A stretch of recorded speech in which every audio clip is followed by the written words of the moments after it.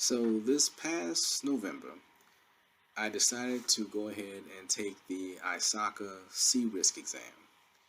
CRISC stands for Certified in Risk and Information Systems Control. It's basically ISACA's risk management certification exam. And I remember, studying for it vividly. I remember buying two books, basically following the formula that I described in one of my other videos. I bought the two books, I read them cover to cover, and then I got as many practice questions in front of me as I possibly could. And it was to the point where, the week leading up to the exam, I remember telling my students, because I do teach on the side, shout out to the students, out to my students. I remember telling my students that, hey, I'm going to go ahead and going to try to take the ISACA CRISC certification exam. And they were like, oh, yeah, good luck with that. I hope that you do well. And I was like, I don't need luck, man. I've been preparing for this thing for 2 months. I've been grinding at it, and I shouldn't have any problems taking this exam whatsoever. And my confidence was almost borderline arrogance, and I'm ashamed to say that it did range on the range of arrogance. And God has a way of taking that big ego trip that I was going on and just chopping that sucker down the sides. And the result is basically a major gut punch and basically a lesson. So this video is going to be all about how to recover from failing a certification exam. Let's get after it. So in the months leading up to the exam, I followed the method that I've always described, that I described in one of my other videos. I listened to 2 audiobooks. I took an online course from a well-known cybersecurity vendor. I did all of the studying that I needed to do, everything that I need to do, take the practice exams, get as many practice questions in front of me as humanly possible. I did everything that I need to do to pass the exam. And it was to a point where I felt like the exam, I was supposed to take the exam on November the 19th. On November the 17th, I felt like I was supremely ready. It's to the point where I actually considered bumping the test up. One of the things that I said in one of my videos is that if you feel like you're ready and you're prepared, you can actually bump the test up and take it sooner. And I was feeling myself that much that I felt like I can take this exam in my sleep, that I can take it and pass it and wouldn't have any issues. Well, November 19th happened, the day of the exam, and without going into much detail. Things happened, some personal things happened that really just totally took my focus away. Just took me totally, completely out of the exam. And it was to the point where I actually, if I could, I would have canceled it. But ISACA has this rule that you can reschedule your exam up to 48 hours before the exam. You have until 48 hours before the exam before you can reschedule it. And if you don't reschedule it before that 48-hour period, either you got to take it or you forfeit the funds. Now, I'm not sure if people know how much these ISACA exams cost, but they're not cheap. And the CRISC exam for members, if you're a member of ISACA, which I am, if you're a member of ISACA, that test costs $575. That's over $500,000 to take a certification exam, and that's how much these certifications are coveted. $575. So if you spend the money to take the exam, you best believe that you better be ready to pass it, because if you're not, oh man, the failure is going to hit you so hard. And that's what happened to me, because I couldn't reschedule the exam. It was the day of the exam. I had the personal things that were going on that day, and I said, well, I can't reschedule it, so I'm just going to go ahead and take it. And I took it, and considering everything that went on that day, while I did well, I didn't pass. I mean, passing score for an ISACA exam is 450. I scored a 441, so I failed the exam by 9 points. Again, gut punch, telling everybody that, hey, I'm ready to take this exam. I can take it. I can pass it, no problems. Then I had encountered what I encountered, and then I took the exam, and then I failed.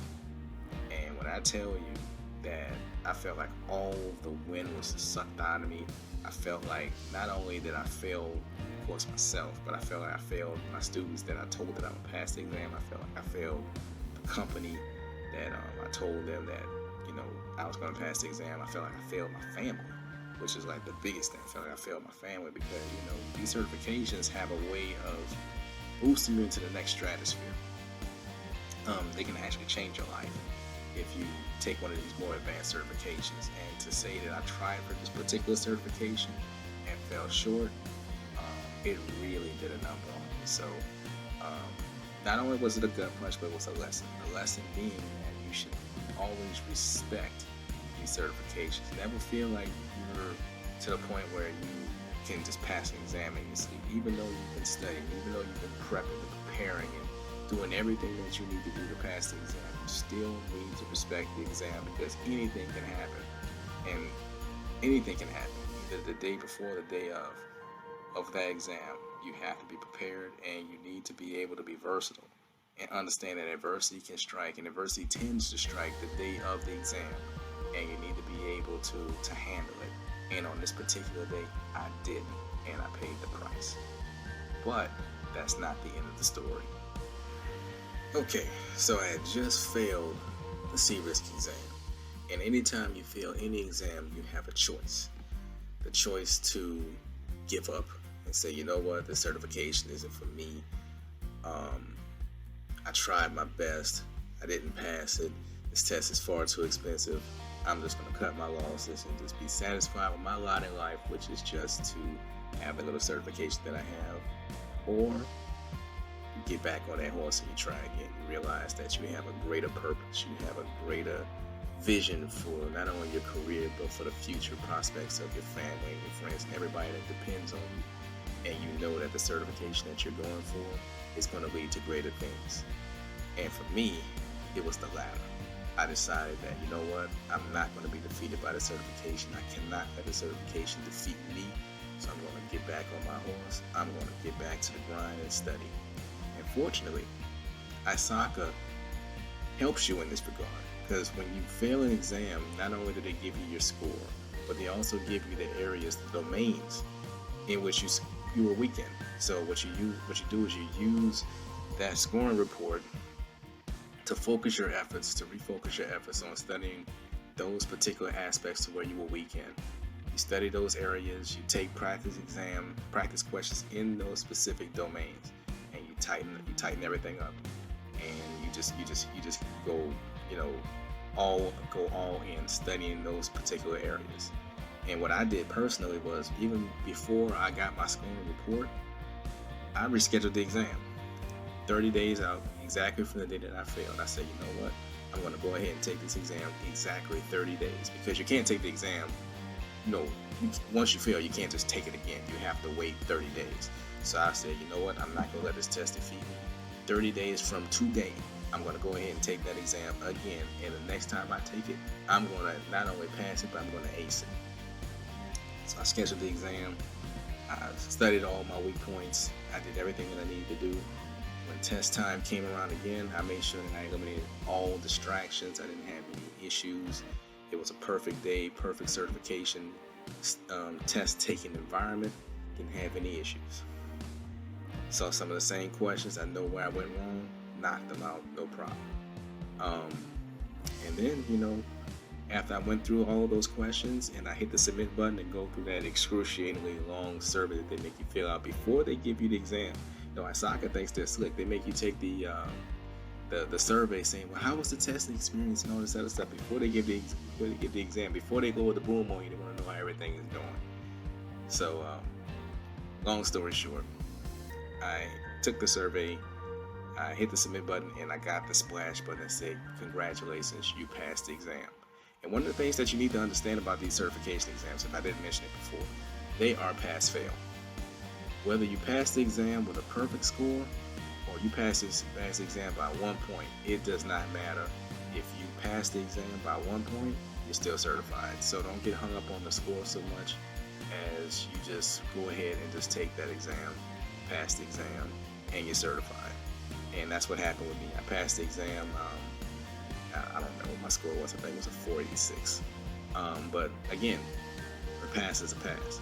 So once you pass the exam, fill out the application, you pay your exam fee, and you get someone to vouch for the skills to basically say that not only did I pass the exam, but hey, oh, by the way, I've actually done some of this work in two of the 4 domains that this test covers. And once you do that, once you have your verification, you submit all your paperwork, you are certified.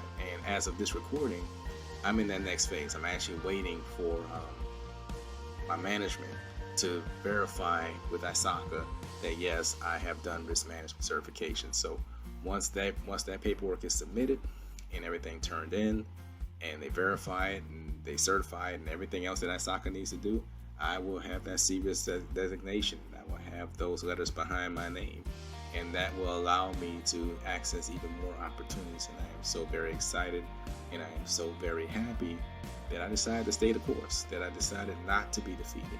And that's what I encourage you guys to do. There's going to be some certification exams that you may not pass. And if you don't pass it, it's not the end of the world, and don't let it be the end of your journey. Just use it as a stumbling block. I think I posted this on my LinkedIn today. You don't learn so much from your successes. You learn more from your failures than you do from your successes. If you succeed at something, there's nowhere to go. There's nothing to learn from that because you've succeeded, and you won't even have the desire to continue to learn from that. But if you fail, there's a lot to learn from that. And if you're a competitor like me, you're not going to allow yourself to be defeated by an exam or test or circumstance, anything like that. You're going to get back on your horse. You're going to strive forward for excellence and success. And that's what I encourage you to do. Do not let exams fail. When you fail an exam, don't let it defeat you. I encourage you just to, after, recuperating and understanding the ramifications of what just happened, don't allow yourself to be defeated. If it's meant for you to move forward, you're not going to pass every exam. If it's meant for you to move forward, you won't let a defeat stop you. You're going to continue to move forward. You're going to continue to strive. And my encouragement to you would be to just keep striving. And if there's anything that I can do through my channel or through following me on LinkedIn, just contact me and let me know. Because I want to see everybody succeed in cybersecurity. It's a growing field. And, a lot of the stuff that you go through is daunting, but it's not impossible. And I want to see as many people succeed in this field as I can. So with that being said, this is Kevin. I appreciate you taking the time to look at my video.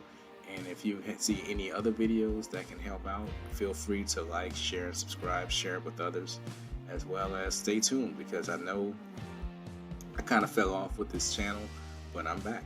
And I'm committed to providing you with the very best content from my experiences, as well as anything that I can do to educate you, to get you to that next level of being successful in cybersecurity. So with that, again, this is Kevin signing off, and I'll see you next time.